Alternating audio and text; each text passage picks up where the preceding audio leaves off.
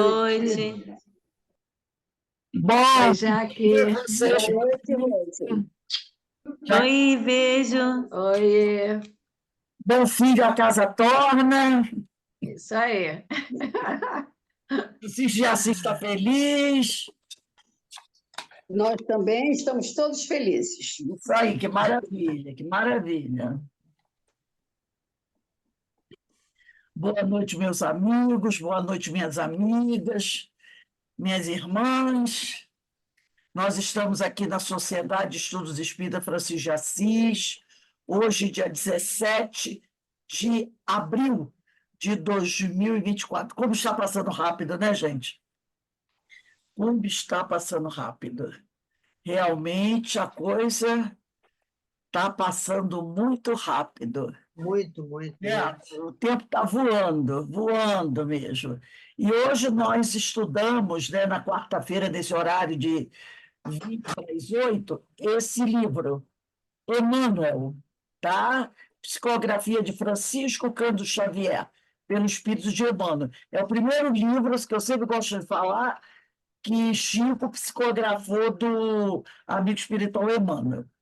Nós estamos hoje iniciando o capítulo 26, que tem por título Os Tempos do Consolador, né? Mas antes da gente iniciar aqui o nosso estudo, vamos fazer a nossa prece. Denise, você pode fazer a prece para a gente?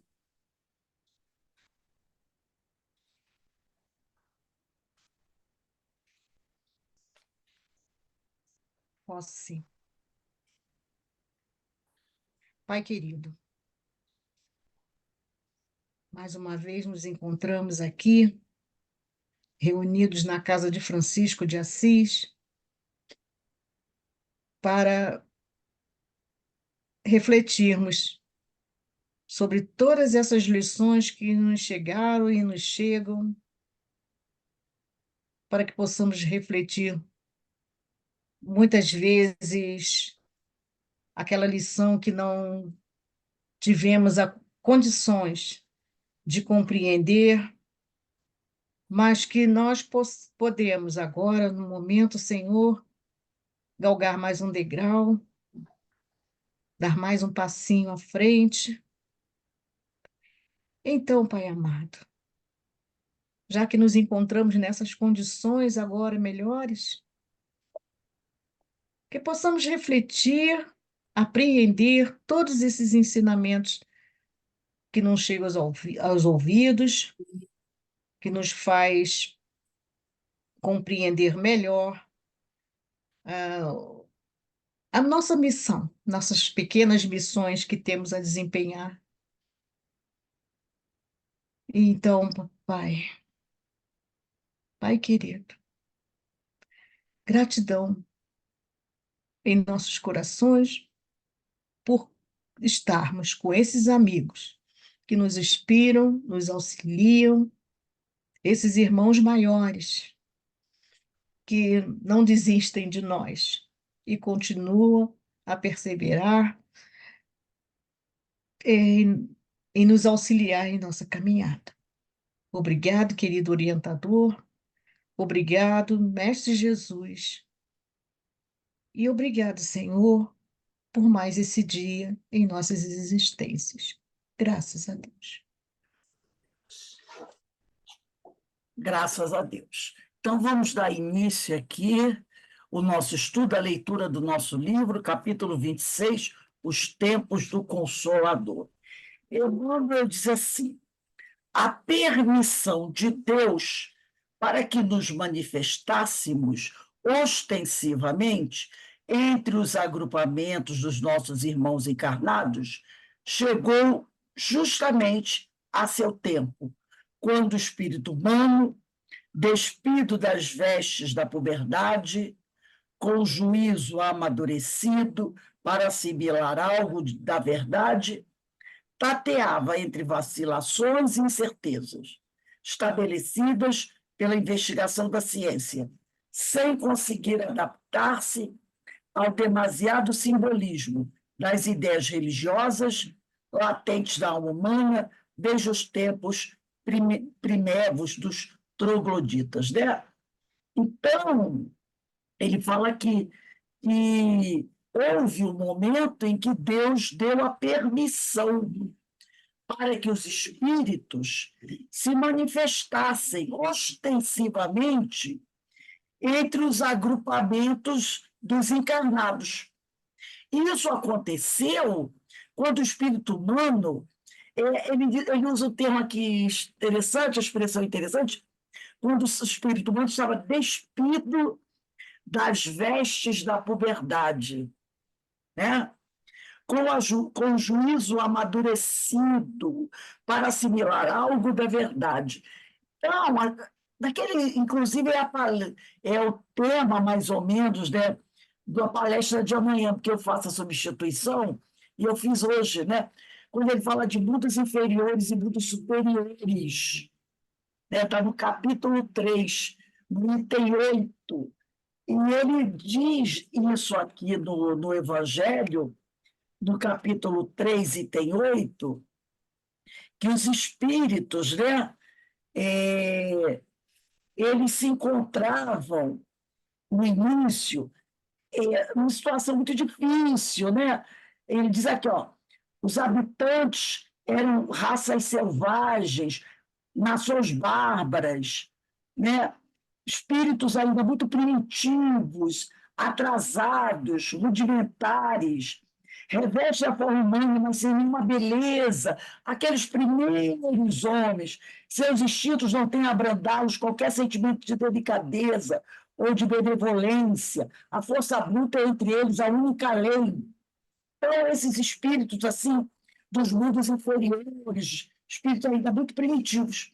Então, foi necessário que esses espíritos que estavam habitando aqui o planeta tivessem o seu juízo, o seu raciocínio mais amadurecido para assimilar, olha o que ele diz, algo da verdade. Quando ele fala algo da verdade, quer dizer, pelo menos um pouco da verdade. Algo da verdade. Porque aqueles espíritos muito primitivos, eles não teriam condições de assimilar essa mensagem que os espíritos tinham a missão de trazer para nós. Né? Vejam só que a época de Abraão, primeiro patriarca, quando começam a chegar as primeiras mensagens, né? Aí Abraão, Isaac, Jacó, os 3 patriarcas, como o povo ainda tinha dificuldade de captar a mensagem. Imagina antes deles. Antes deles. Seria quase... Prática seria jogar, como diz o outro, pérolas aos porcos, né? Então ele diz aqui, a permissão de Deus para que nos manifestássemos ostensivamente, quer dizer, quando ele diz nos manifestássemos, quer dizer, os espíritos. Entre os agrupamentos dos nossos irmãos encarnados, chegou justamente a seu tempo, quando o espírito humano, despido das vestes da puberdade, quando ele já estava mais evoluído, já tinha entrado na idade da razão, já era senhor do seu livre-arbítrio, com juízo amadurecido para assimilar algo da verdade, tateava entre vacilações e incertezas estabelecidas pela investigação da ciência, sem conseguir adaptar-se ao demasiado simbolismo das ideias religiosas latentes na alma, desde os tempos primeiros dos trogloditas. Porque ele diz aqui, ó, o homem tinha dificuldade de se adaptar àqueles simbolismos das ideias religiosas, que já estavam latentes na mente humana. Por quê? Porque na questão 621 do Livro dos Espíritos, vem a famosa pergunta, né? Onde se encontram, onde estão gravadas as leis divinas? E os espíritos respondem, né? Na nossa consciência. Consciência. na nossa consciência, né? Então, essas ideias religiosas já se encontravam latentes na nossa mente, desde a época primitiva. Só que elas precisavam o quê? Se desenvolver. Mas desde que o espírito é criado, na consciência dele ficam estabelecidas leis divinas, que ele vai compreendendo a partir que ele vai evoluindo. Então, continua aqui Emmanuel dizendo assim, justamente na época requerida, consoante as profecias do Divino Mestre, derramou-se da sua luz sobre toda a carne. E os emissários do alto, segundo as suas possibilidades e os méritos individuais, têm auxiliado a ascensão dos conhecimentos humanos para os planos elevados da espiritualidade. Olha que coisa interessante ele vai dizer aqui, olha só. Justamente na época determinada pelo Senhor, de acordo com as profecias do Divino Mestre, de acordo com as profecias dos profetas, derramou-se da sua luz sobre toda a carne. E aí ele diz aqui, e os emissários do alto, segundo as suas possibilidades. Percebeu? E os méritos individuais. Então, os profetas, os emissários do Senhor, segundo as possibilidades deles. Mostrando o quê? Que nem todos tinham o mesmo nível evolutivo. Percebeu? Ele diz aqui, ó, e os emissários do Senhor, segundo as suas possibilidades e os méritos individuais. Então, cada profeta, cada ser espírito que vem nos trazer as revelações, eles têm as suas possibilidades e seus méritos individuais. Não são todos iguais. Abraão não tinha o mesmo conhecimento que o Elias. Entendeu? O Isaac não vai ter o mesmo conhecimento de um Zacarias. Então, cada um tinha o seu grau evolutivo e os seus méritos individuais. Daniel, um dos mais avançados, não tinha as mesmas possibilidades de um Jacó. Ou um Jacó não tinha as mesmas possibilidades de um Daniel. Então, ele coloca aqui que esses emissários do alto vieram para trazer os seus conhecimentos segundo as suas possibilidades. E os méritos individuais. Então, a gente não pode dizer assim, poxa, por que Abraão não tinha o mesmo conhecimento de um Moisés? Não é? Moisés, com certeza, era um espírito muito mais evoluído que um Abraão. Daniel, muito mais evoluído que muitos deles. Então, cada um é igual a gente, cada um dentro do seu mérito, dentro da sua possibilidade. E eles têm auxiliado a ascensão dos conhecimentos humanos para os planos elevados da espiritualidade. Até hoje, nós não estudamos no sábado que Paulo de Tarso tem uma missão que é auxiliar aqueles espíritos de alta inteligência, mas que estão distanciados do Cristo. Esse é o trabalho de Paulo de Tarso. E esse trabalho dele continua. Ele desenvolveu esse trabalho com o senador Publio Lentulus, que era um homem de muito conhecimento, mas naquela época afastado do Cristo, Ele tem um encontro com o senador e ele vai auxiliar o senador, mesmo depois desencarnado. E outro espírito que ele deu também uma grande ajuda foi Agostinho Paulo de Tarso, que também era um espírito de alta inteligência, mas afastado do Cristo. E assim ele continua fazendo, até hoje. Porque o que não falta no mundo atual, tanto no plano espiritual como no plano dos encarnados, são seres de alta inteligência afastados do Cristo. Não é verdade? Nós temos muitos hoje. Agora, imagina um dia que esses espíritos de alta inteligência direcionarem a sua inteligência para auxiliar o Cristo. Olha que espetáculo! Então, Paulo tem esse trabalho, de acordo com o quê? As suas possibilidades e méritos individuais. Ele vai nos ajudando. Tem um livro aqui que hoje a gente vai trabalhar muito com ele. Eu já até falei desse livro para vocês, já tem um certo tempo. Esse aqui, ó. Deixa eu ver se dá para vocês verem o nome. É porque o título dele, aqui, ó. Eu vou ler. O título é grande. Os ângulos do cristianismo,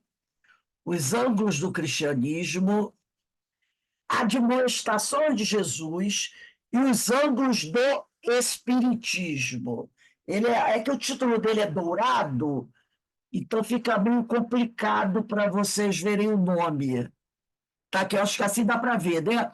Os ângulos do cristianismo, admoestações de Jesus e os ângulos do espiritismo.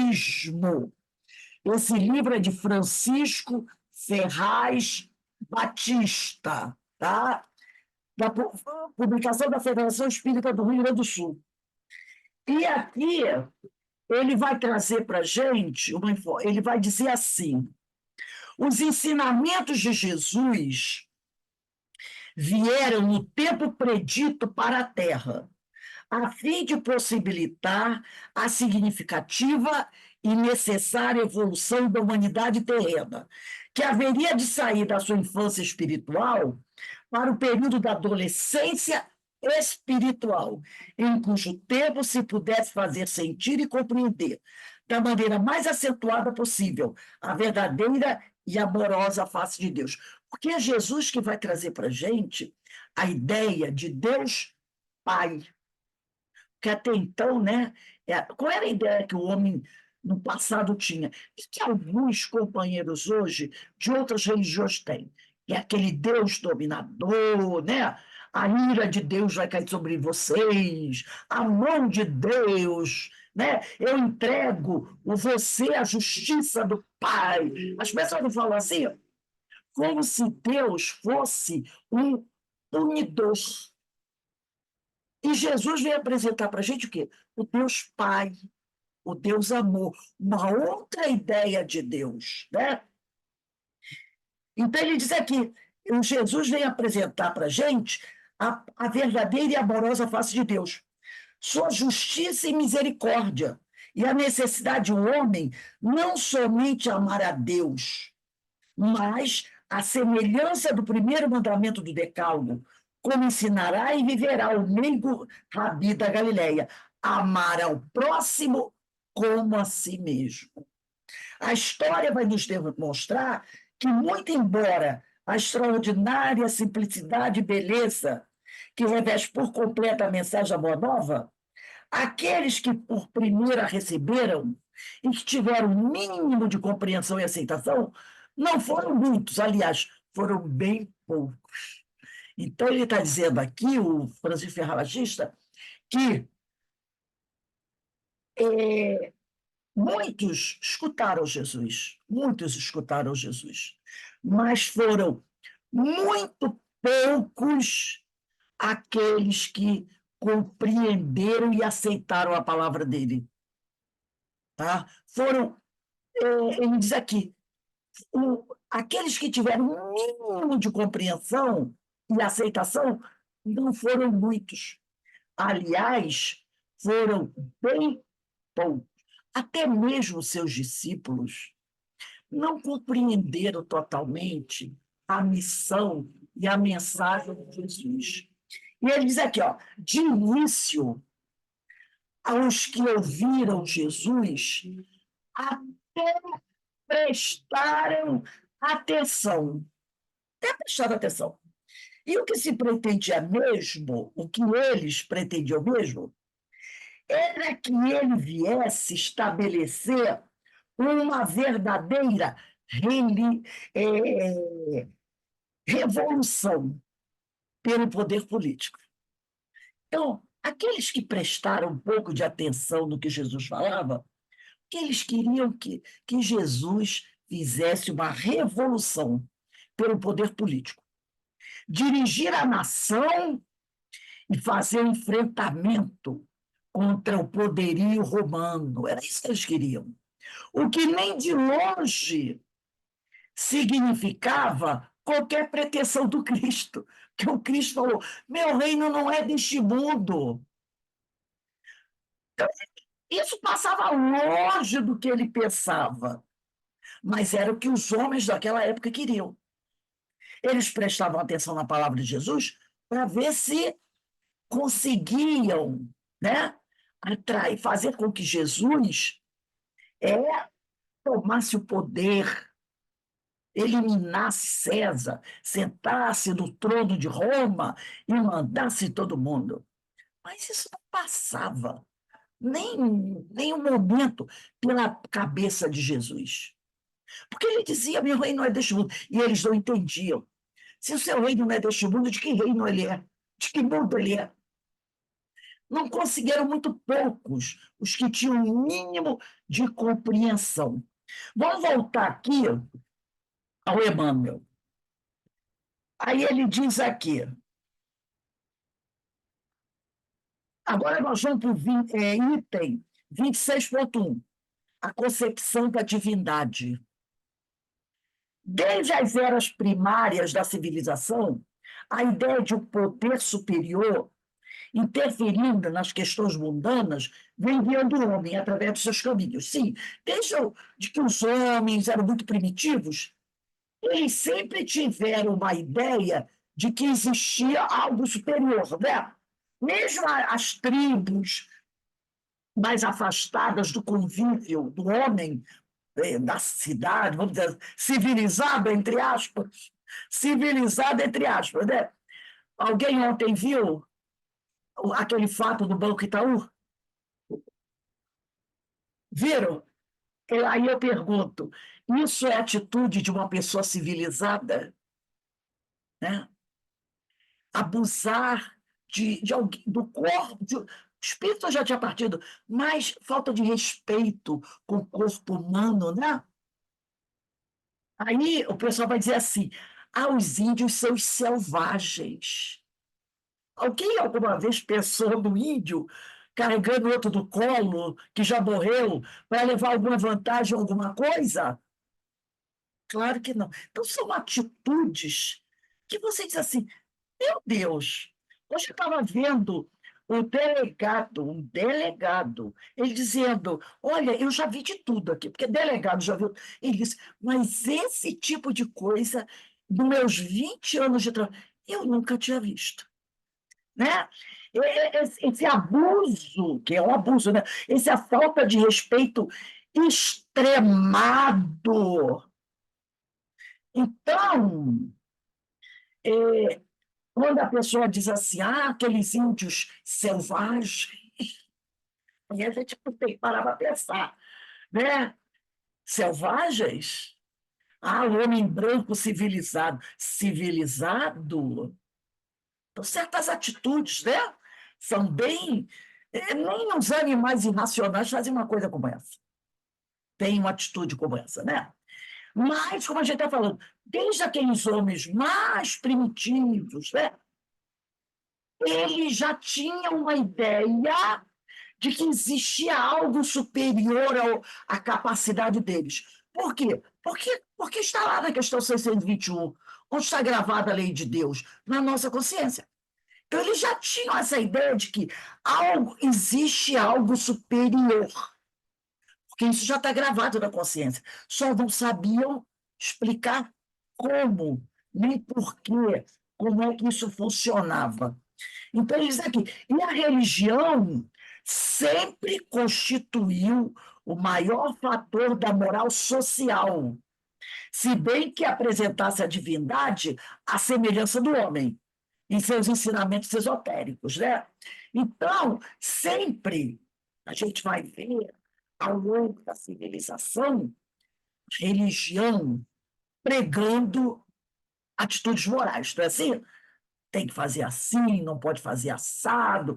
Então, as pessoas do passado, desde a época antes de Jesus, do período de Jesus, Idade Média, e até hoje, nós vemos a religião ditando a conduta moral das pessoas. Né? Nós estamos no século XXI. Mas a gente vê, por exemplo, em algumas religiões assim, mais ligadas ainda àquelas ideias antigas, com algumas religiões pentecostais, aí diz, né, você não pode fazer isso ou fazer aquilo porque é pecado, ou não é pecado, né? Se você agir assim, você vai para o inferno. O que é isso? É a religião apresentando, ditando a conduta moral e, muitas vezes, apresentando a divindade à semelhança do homem. Deus é fiel. A ira de Deus cairá sobre você. Ira é um sentimento humano, mas a gente não fala. A ira de Deus. Então a gente tem essa ideia do Deus antropomórfico, o Deus com as qualidades humanas. O Senhor vai ficar feliz com você. Vai ficar muito feliz com você. Né? Então, são qualidades humanas. Olha a nossa ideia de felicidade. É muito pequena. E aí a gente diz que Deus vai ficar feliz com você. E eu digo isso baseado em quê? Na minha pequena e equivocada ideia de felicidade. Então, as coisas ainda são muito complicadas. E ele diz aqui, o cristianismo inaugurando um novo ciclo de progresso espiritual, diz Emmanuel, renovou as concepções de Deus no seio das ideias religiosas. Então, o Espiritismo vem mostrar, né, uma outra visão da ideia de Deus no seio das ideias religiosas. Todavia, após a sua propagação, várias foram as interpretações escriturísticas. Então, a partir do momento que essa nova ideia de Deus surge, várias religiões vão ter a sua ideia de Deus, dando aso a que as facções sectaristas tentassem isoladamente ser as únicas representantes. Então, as pessoas, conforme Jesus vai apresentar essa ideia de Deus, né, o cristianismo, aí você vai ver as religiões, cada uma fazendo a sua ideia de Deus. Ah, porque a minha religião é que sabe o que é Deus. Vem para a minha religião e você vai ter a salvação. Você, na sua religião, não vai ficar salvo, porque você não interpreta a ideia de Deus da forma que eu interpreto. Porque a minha ideia de Deus é a ideia certa. E aí começam a surgir esse tipo de facções dentro da religião. Aí ele vai falar aqui da Igreja Católica. A Igreja Católica e as numerosas seitas protestantes, nascidas do ambiente por ela formada, porque a maioria das igrejas protestantes, elas vêm de onde? A Igreja Católica. Vem da Reforma Luterana, não é assim? Vem dessa Reforma Luterana. Lutero realiza a reforma e depois da Reforma Luterana, várias divisões vão surgir. Aí vai sair a igreja metodista, batista, anglicana, e hoje nós temos a quadrangular, a do milho verde, a do algodão doce, e vai por aí. É tudo ramificações, tá? Então, ele diz aqui, e essas numerosas seitas protestantes, nascidas do ambiente que essa Igreja Católica formou, têm levado longe a luta religiosa. Uma verdadeira luta mesmo, né? A gente vê igrejas se atacando, se agredindo, destruindo um o templo dos outros. E isso não ficou só entre as igrejas católicas e pentecostais. Também veio para o espiritismo, porque nós temos dentro do espiritismo grupos, facções também. Agora tem aí o espiritismo progressista, o que é uma tolice, porque o espiritismo já é progressista, né? Então tem também o espiritismo, eu vi essa semana, democrático, que eu não sei que acha isso, mas tem um grupo aí, espiritismo democrático. Olha só, tudo isso são divisões. Aí, esquecidas essas divisões, de que a providência divina é amor. Estabeleceram-se com a sua acanhada hermenêutica. Hermenêutica é a ciência da interpretação das palavras e dos textos. Tá? Estabeleceram com a sua acanhada hermenêutica, quer dizer, cada um fez a sua acanhada interpretação das palavras e dos textos, os dogmas de fé, nutrindo-se das fortunas iníquas a que se referem os evangélicos, prejudicando os necessitados e os infelizes. Então, essas divisões também acabam se envolvendo numa questão financeira, né? De poder. Poder. Essa semana me mostraram aí a história financeira de desses grandes líderes pentecostais. É de você cair duro. E detalhe, começou pobre de maré de si. Paupérrimo. Pobre. Pobre. Assim, quando eu digo pobre, no máximo ganhava 1, 2 salários mínimos. E hoje tem uma fortuna incalculável, sem ganhar na Mega Sena. Sem ganhar na Mega Sena. Sem receber herança de alguém que morreu. E isso é muito comum a gente encontrar, né? É muito comum a gente encontrar. Depois, no 26.2, ele vai falar da fé ante a ciência. Ele diz, mas como o progresso não conhece obstáculos, porque o progresso é inexorável, ninguém pode deter, os artigos de fé equivaleram a estagnações isoladas.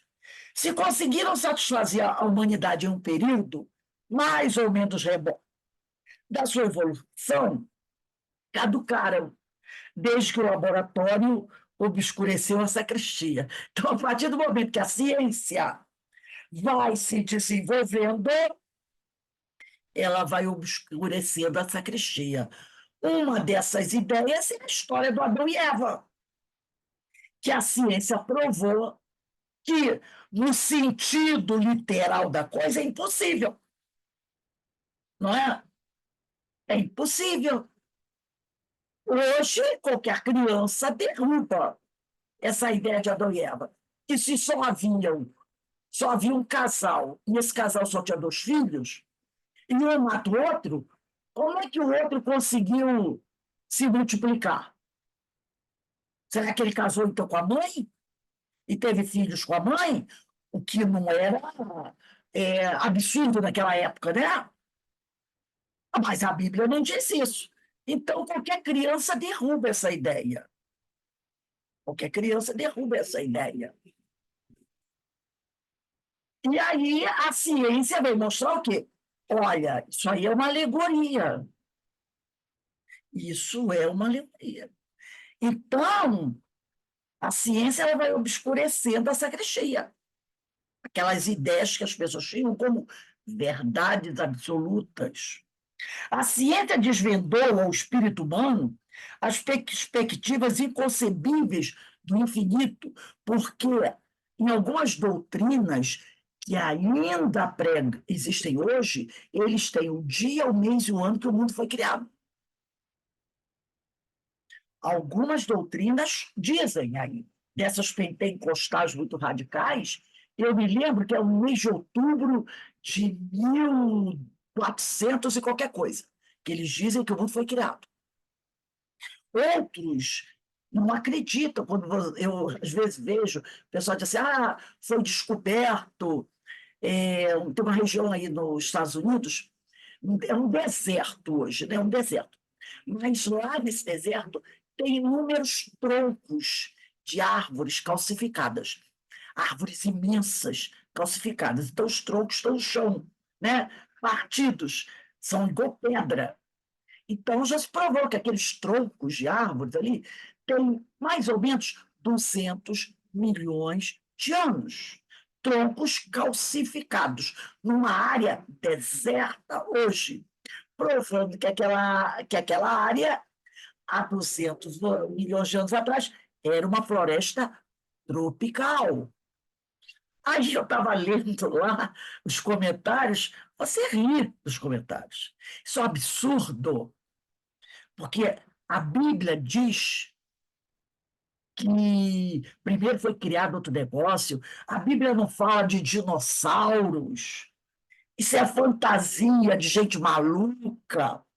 E você vê vários comentários desse nível, quando fala, né, do homem, quando se encontram fósseis de seres humanos com quase 1 milhão de anos. Isso é um absurdo. Que o primeiro homem, a primeira mulher foi Adão e Eva. Você encontra pessoas, né, criticando, assim, porque a arqueologia é uma ciência, criticando a ciência, porque a Bíblia, o pastor, falou isso, falou aquilo. Então, isso é fantasia, como muita gente diz que é um absurdo o homem ter ido à Lua, que o homem não foi à Lua. Tudo isso é um,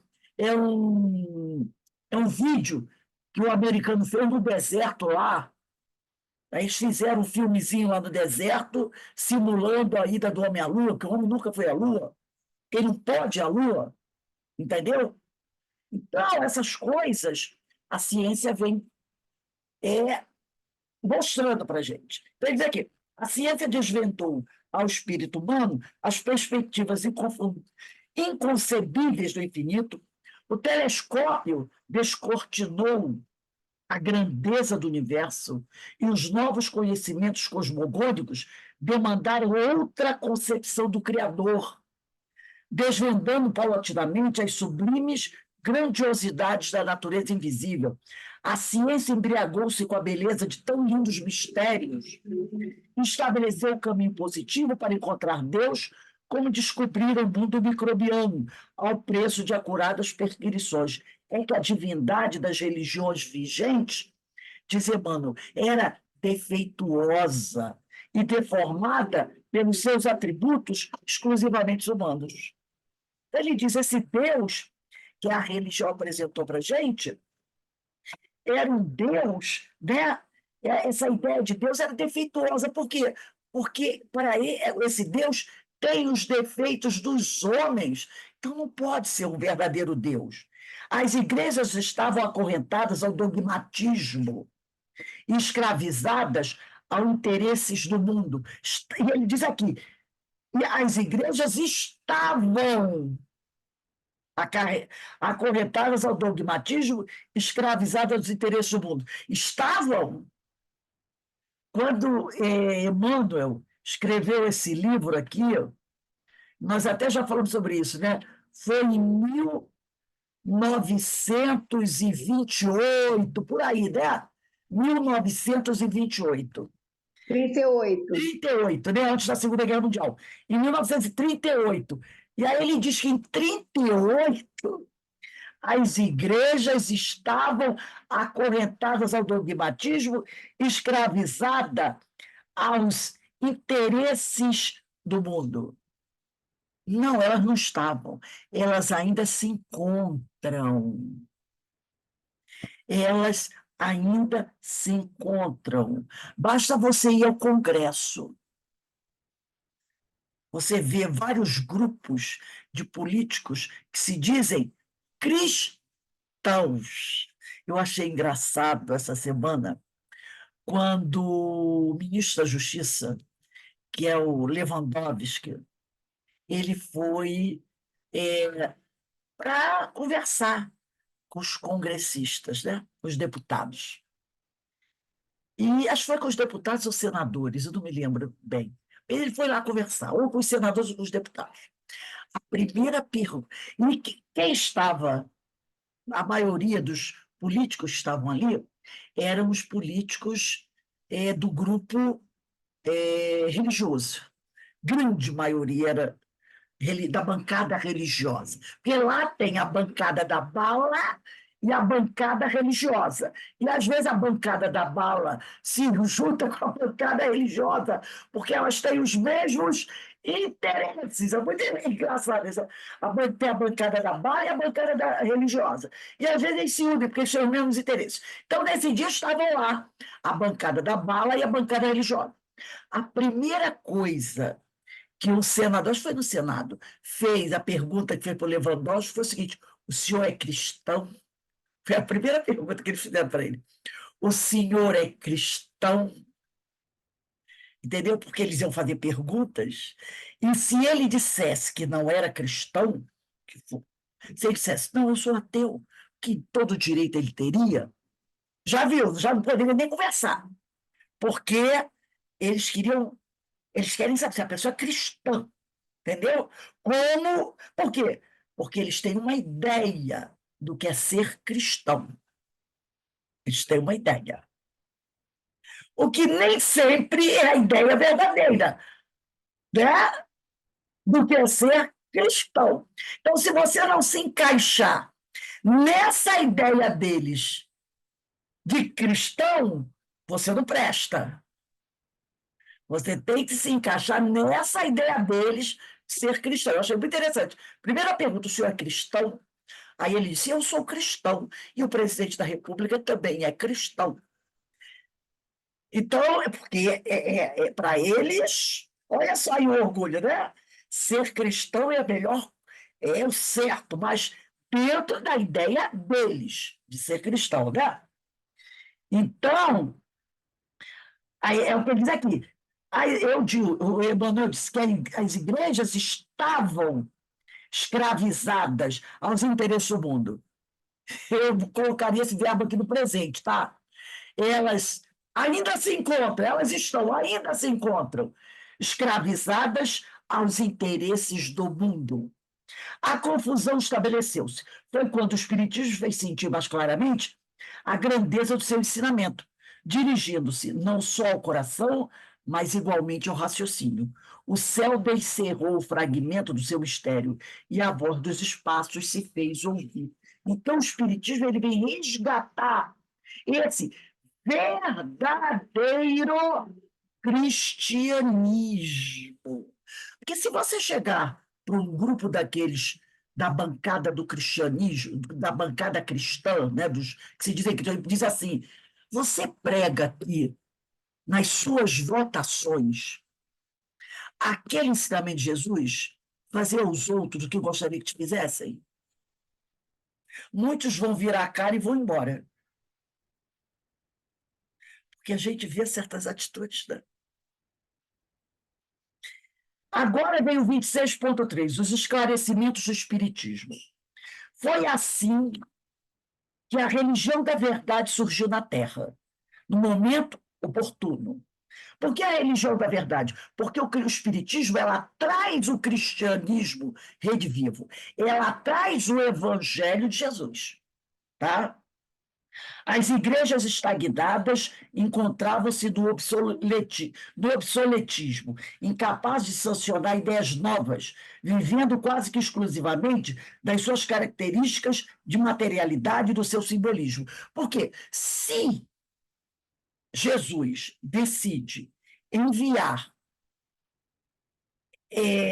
ou melhor, reviver seu ensinamento através da igreja, isso seria bloqueado.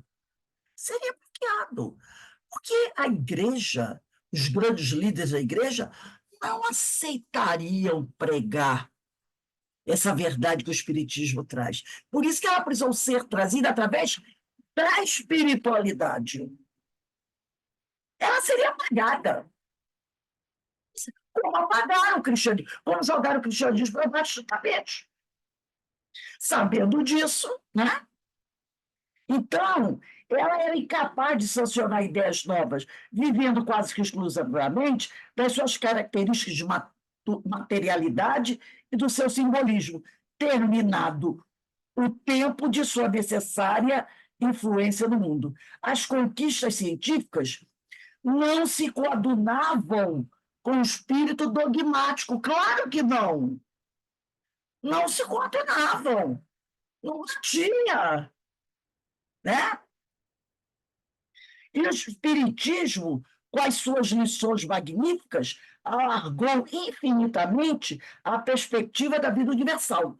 Por exemplo, a velhinha aí que eu estava contando para a gente, no sábado, que lá na cidade, acho que foi lá em São Fidélis, né? Ela foi assistir à missa da primeira comunhão do filho do primo dela, lá em São Fidélis. Hoje, em 2024, a missa é metade feita em latim, com o padre de costas virada para o povo. E a igreja assim de criança, e o padre rezando em latim. Eu fiquei assim, ó, porque é proibido pela igreja. Mas alguns ainda se mantêm ali presos a essas ideias, a esses dogmas. Então, ele diz aqui, né? Então, o Espiritismo alargou infinitamente a perspectiva da vida universal, explicando e provando que a existência não se observa somente na face da Terra, opaca e cheia de dores. Então, o Espiritismo vai mostrar o que para a gente? Que a vida ela está espalhada por todo o universo. Existe um mundo espiritual formado por seres humanos que estão espalhados por inúmeros orbes no planeta, no mundo, enquanto a igreja, essas religiões dogmáticas, só aceitam a vida onde? Aqui na Terra. Então, diz assim, que a existência não se observa somente na face da Terra, opaca e cheia de dores. Aí, aqui nesse livro, Os Ângulos do Cristianismo, o Francisco Ferraz, deixa eu pegar aqui, não é página 7. Ele vai dizer assim, ó, deixa eu ver aqui, peraí, deixa eu abrir. Como espíritas que somos, aprendemos que o Pai Celestial, pelas suas soberanas leis, permite ao espírito que transita reencarnado na Terra, a caminho da regeneração, as oportunidades renovadas, para que ele possa eliminar suas más inclinações e possa, pelo seu esforço permanente, adquirir as virtudes que lhe permitem progredir na direção da luz. Essas religiões dogmáticas, elas não acreditam nisso. O que elas pregam? Morreu, acabou. Não é assim? Se você foi bom, você vai para onde? Para o céu. Se você foi mal, você vai para o inferno e não tem jeito de sair. A não ser que, em vez de ir para o inferno direto, você deu uma passadinha no purgatório. E lá no purgatório, dependendo das contribuições que a família estiver fazendo, ou que você tenha feito antes de morrer, entendeu? Você pode desviar para o céu, mas vai depender, não é assim? Agora, se você não foi generoso, a família foi generosa, você vai direto. Porque o purgatório foi criado com essa intenção. Porque antigamente era aquela coisa, foi mal, morreu, vai para o inferno. Mas aí os poderosos, e dentre os poderosos havia muitos eclesiásticos, ficaram assim, mas como? Eu passei a minha vida toda, os poderosos barões, né, reis, príncipes, contribuindo com a igreja. E contribuíam mesmo com a igreja. Tanto que a maioria deles entregava um filho para a igreja. Aí a herança daquele filho não ficava com a família, ficava para a igreja, né? E aí os poderosos disseram, peraí, passei a vida inteira colaborando com a igreja, defendendo a igreja, e agora, quando eu morrer, eu vou para o inferno? Se isso não mudar, eu corto a minha colaboração. Aí os padrão, peraí, nada que não possamos conversar. E queremos o purgatório. Então, o senhor não vai diretamente para o céu, é claro. Mas vai fazer um estágio do purgatório, que é uma coisa mais amena, né?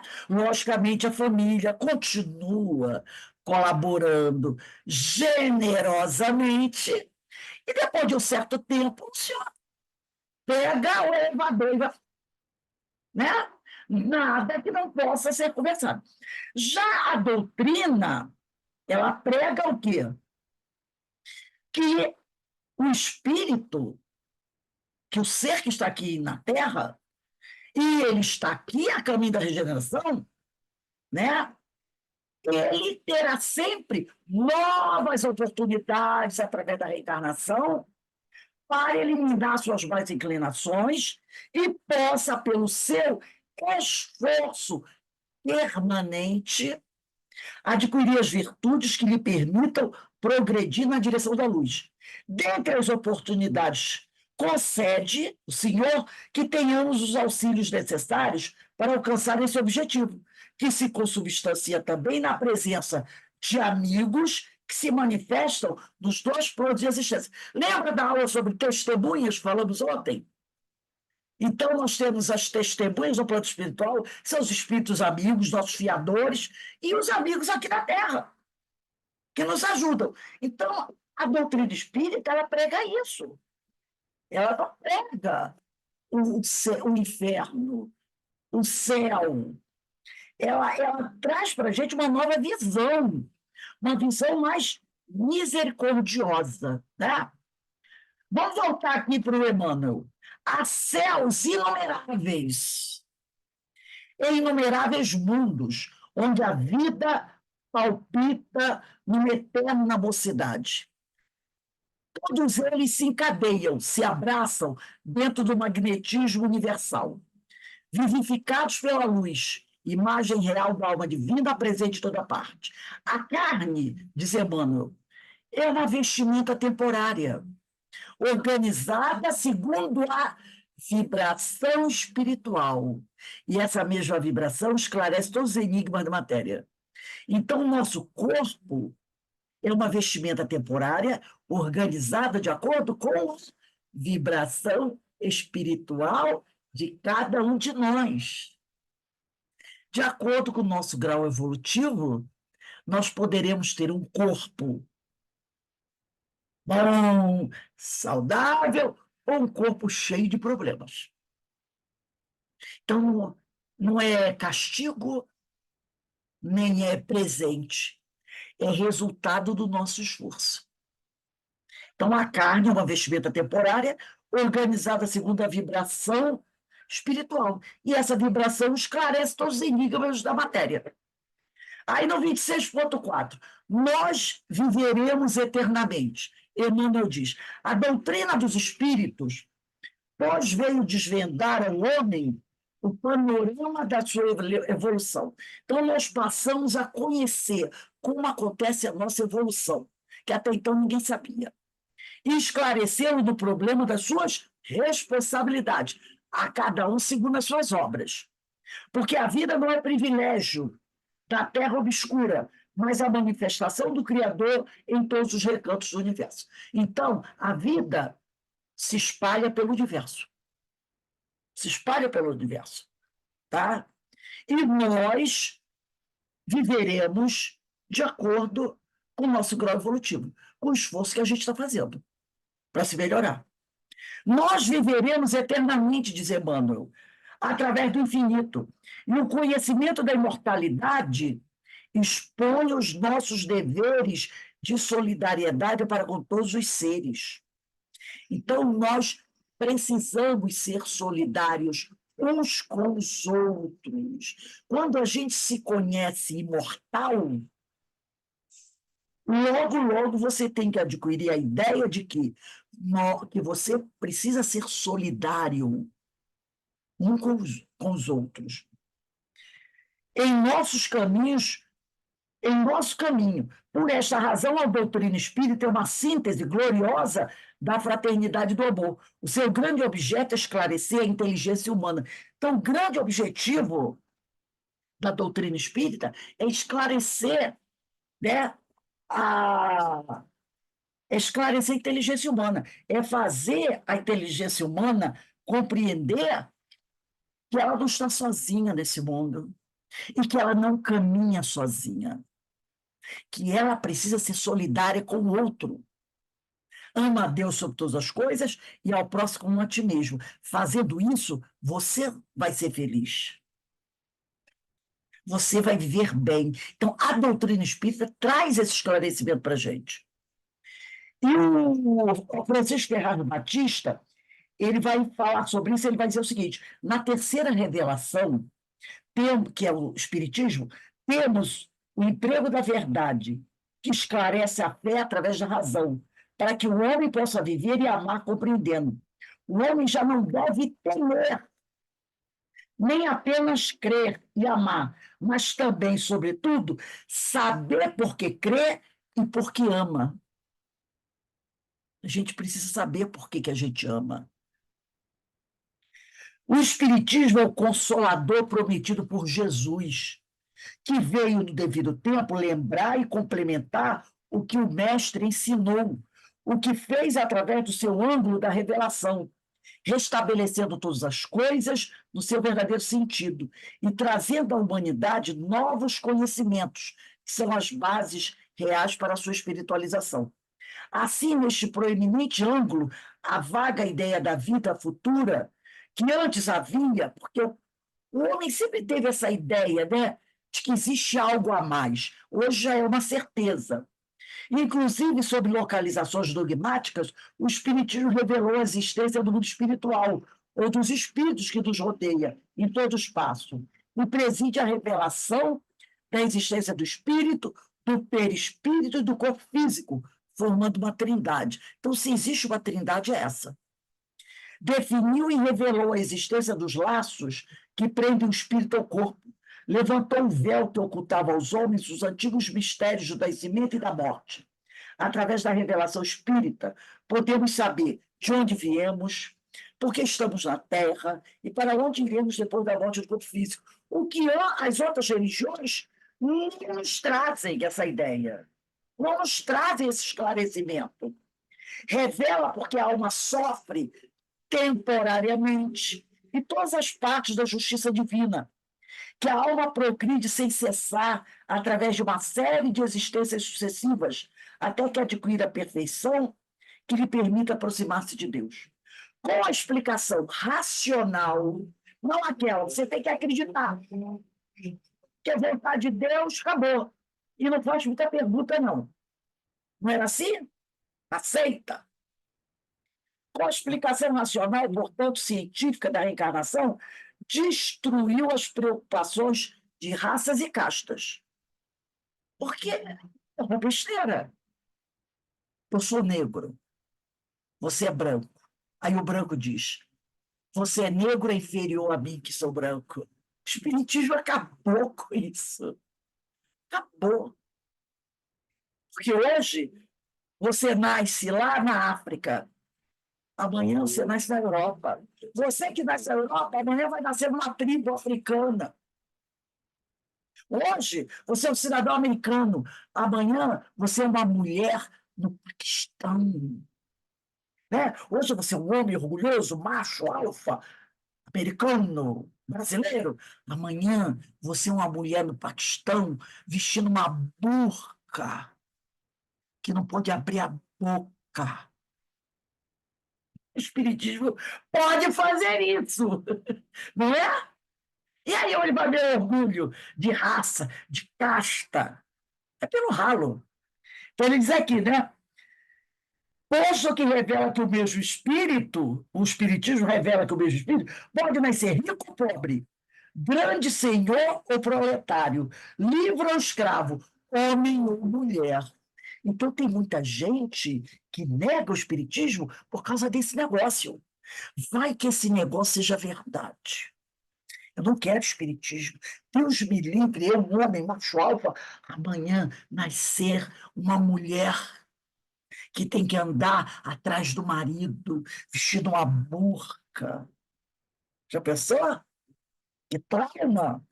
Eu hoje sou aquele homem que espanco a minha esposa e mando ela calar a boca, que ela é uma mulher, tem que me respeitar. E amanhã é o meu marido que está me dominando. Já pensou? Quer saber de espiritismo? Não. E assim as pessoas dizem. Pense isso e pedisse que a reencarnação deixasse fizesse com que a reencarnação não existisse. E aí, voltando aqui para o Emmanuel, para a gente encerrando, né?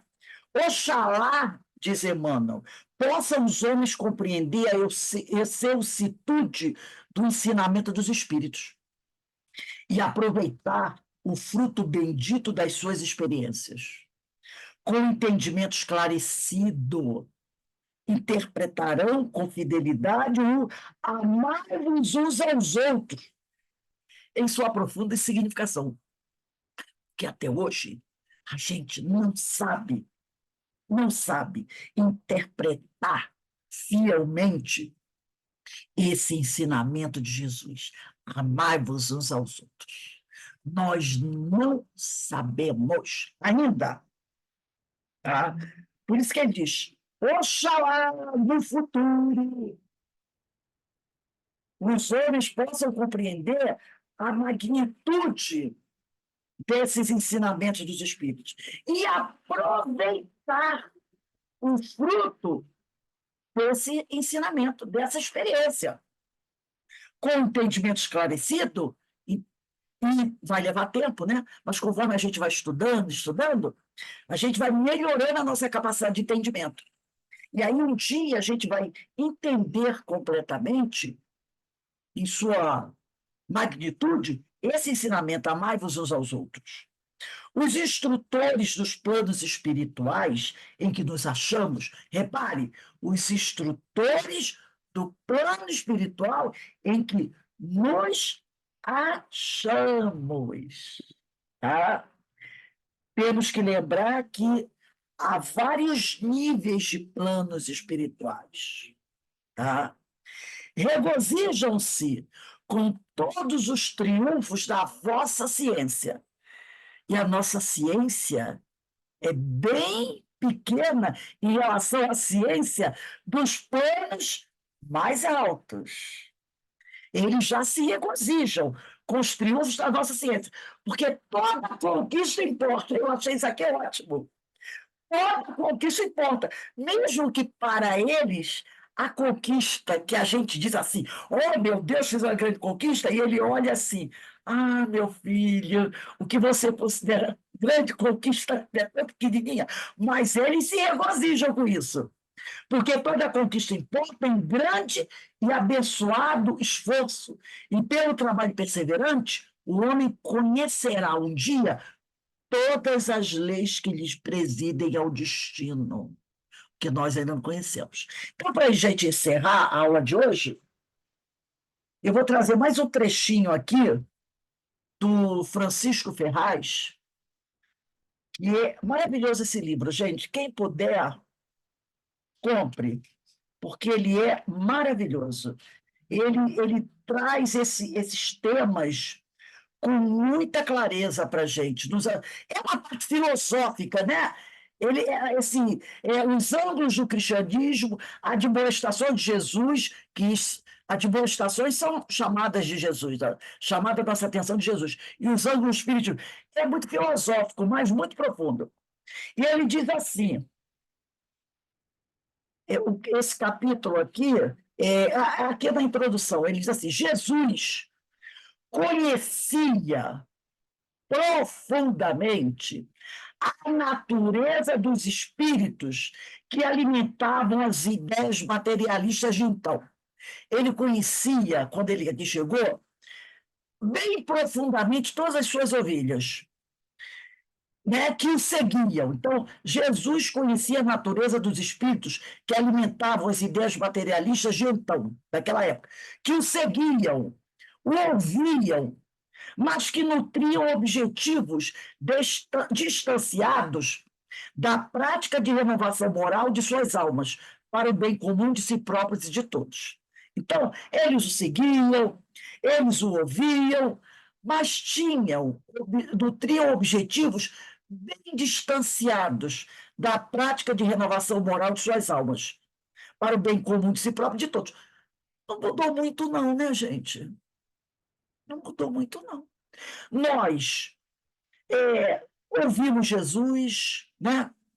Dizemos que o seguimos, mas ainda nutrimos objetivos distanciados da prática de renovação moral da nossa alma, de nós mesmos. Não é assim? Todo mundo conhece Jesus. Todo mundo conhece o Novo Testamento, os ensinos de Jesus. Mas muitos ainda se encontram distanciados do trabalho de renovação moral. Trabalho esse que será para o bem comum, né? Será para ele próprio, para a própria criatura, e para o bem de todos. Então, são 2000 anos, mas não mudou tanto assim. A ideia fundamental de Jesus foi, desde seu primeiro dia aqui na Terra, o estabelecimento do reino de Deus. Frequentemente, ele declarava que o reino de Deus estava presente, que todo homem já o carregava em si e poderia, se fosse digno, usufruir dele.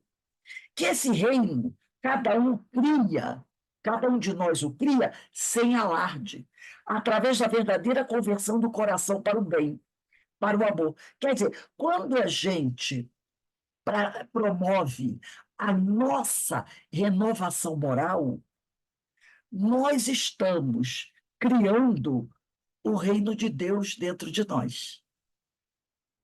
Nós estamos permitindo que ele cresça dentro de nós, né?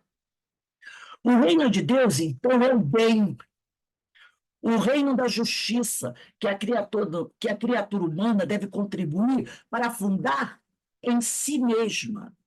Essas verdades que para nós são puramente abstratas, eram para Jesus realidade vivas. Para nós ainda são abstratas, mas para ele já tinham se realizado.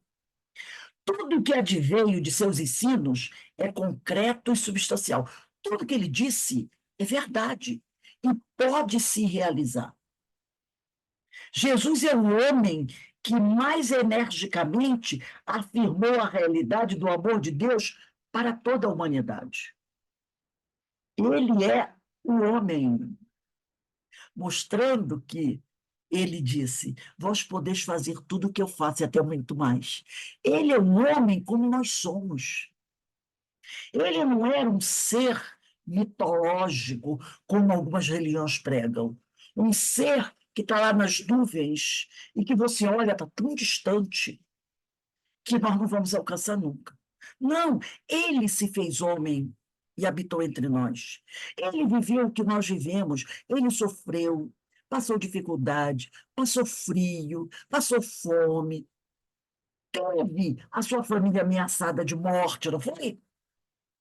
Foi injustiçado, foi agredido, foi vilipendiado, foi caluniado, foi assassinado. Tudo que o homem pode passar da terra, ele passou. Foi compreendido pela família e pelos amigos. Ele passou. Então, ele é o homem que mais energicamente afirmou a realidade do amor de Deus para toda a humanidade. Em razão disso, sua eloquência reacendia todas as vezes que tratava de combater a hipocrisia. Toda vez que ele tinha que combater a hipocrisia, o seu verbo se reacendia. Lembra? Quando ele dizia: ai de vós, escribas e fariseus hipócritas. O que ele está fazendo nesse momento? Combatendo a hipocrisia. Alguém esqueceu dessa frase dele? Não. Porque o verbo dele, a eloquência dele era tanta que nós, os hipócritas, gravamos na nossa mente imortal e até hoje a gente lembra. Quando a gente faz alguma coisa que a gente sabe que não deve fazer, a gente escuta: ai de vós, escribas e fariseus hipócritas, né? Então, sua eloquência reacendia todas as vezes que tratava de combater a hipocrisia, o que fez em várias passagens, inclusive fazendo várias admoestações ao estado de coisas que ele encontrou na terra. Quando ele chamou de túmulos caiados, vós pareceis túmulos caiados, bonitos por fora e fedorentos, podres por dentro. Gente, se hoje você chega para uma pessoa e diz assim: você é bonito por fora, mas é podre por dentro, o outro vai avançar em você. Porque vai sentir ferido. Imagina, naquela época, ele dizer isso para um sacerdote do templo. Se você diz isso para o seu colega, hoje, está arriscado ele partir para cima de você. Imagine o ódio que não sentiu aqueles doutores da lei, quando ouviram um homem que eles achavam que era apenas o filho de um carpinteiro ousar dizer isso para um doutor da lei. Percebeu? A coragem, a moral para dizer isso. Mormente, aí ele diz aqui, né? Em razão disso, a eloquência reacendia todas as vezes que tratava de combater a hipocrisia, o que fez em várias passagens, inclusive fazendo várias admoestações ao estado de coisas que ele encontrou na terra, mormente do seio do povo judeu.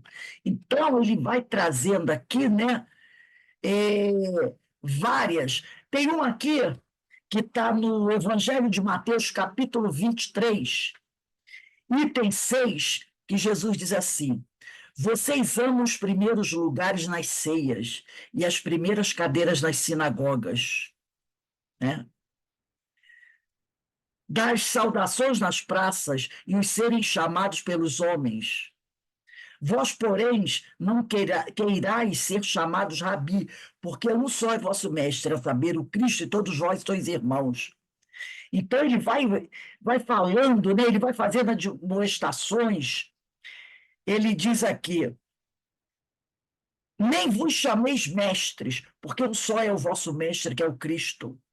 E o maior dentre vós será vosso servo. Então, já pensou? Olha que coisa, né? Depois ele diz: e fazem, no Mateus 23, versículo 5, e fazem todas as obras a fim de serem vistos pelos homens, pois trazem largos filatérios e alargam as franjas das suas vestes. Então ele sai: ai de vós, escribas e fariseus hipócritas, pois que limpais o exterior do copo e do prato, mas o interior está cheio de rapina e de intemperança, fariseu cego, limpa primeiro o interior do copo e do prato, para que também o exterior fique limpo. Está em Mateus 23, 26. E aí ele vai, né? Ele vai fazendo essas são as admoestações de Jesus. Então vejam, né? Que homem era esse? Que ele era um homem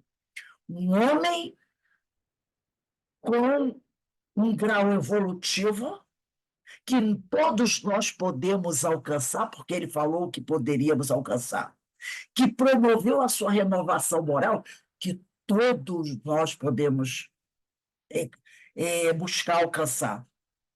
E criou, instalou esse reino de Deus dentro dele, que nós também podemos fazer. E a doutrina espírita vem nos revelar isso. O que as outras religiões não fizeram e não fazem até hoje. Né? Não fazem até hoje. Alguém gostaria de comentar alguma coisa?